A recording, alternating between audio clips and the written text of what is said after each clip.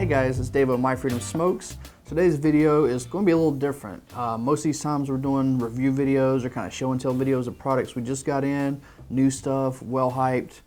Today we're going to talk about an older product. We're going to be talking about the Aspire Atlantis V2.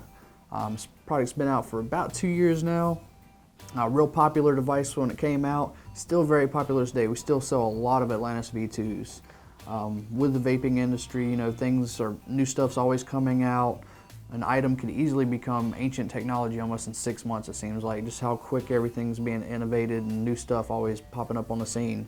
So we just kind of want to touch base on the Atlantis V2, see where it kind of stands with some of the newer tanks on the market, and just kind of touch base on an older device. You know, like I said, most videos come out, it's about a new hot product, not necessarily about an older, well-tested, well-proven product. So the Atlantis V2 is a 22 millimeter 3.5 mil capacity tank. Comes with a couple different coil options. They have in the box a 0.3 ohm and a 0.5 ohm. The 0.3 ohm goes from 70 to 80 watts, and at the time this came out, it was one of the higher wattage coils for a Subohm tank.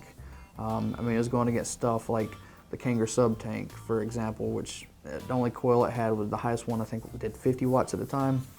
The Atlantis V2 kind of took it up further by having a higher wattage coil.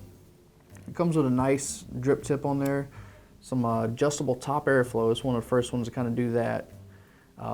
Wide bore drip tip that you actually could get an adapter for to use a standard 510 if you want to do that, but it definitely put out some good airflow to accommodate for those higher wattages.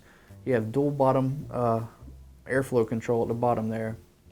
Nice and clicky little system, clicks in the different sizes.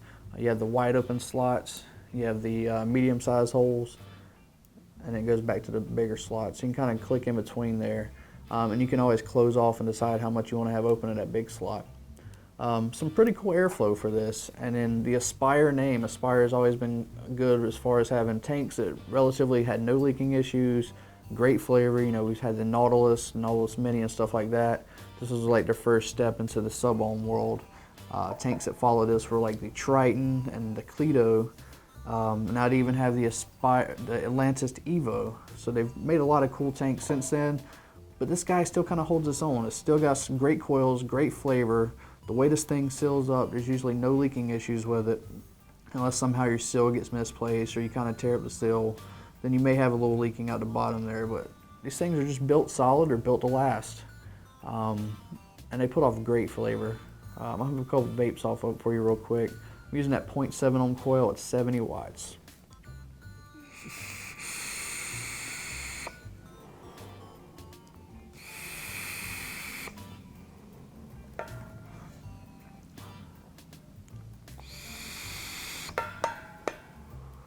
Alright, I'm actually sorry, I did misspeak on that. It's a 3 mil capacity tank, not 3.5. But it kind of puts it around where even the newer tanks these days are coming out with. I mean, you got tanks from 2 mils all the way up to 7 mils or even larger. Some of the bigger RDTAs and stuff out there have even more liquid capacity. So it's still right there fitting in everybody. About the only strike against this guy compared to newer tanks, believe it or not, is it just doesn't have a top fill option. That was kind of before the top fill really came into the Subohm style tanks.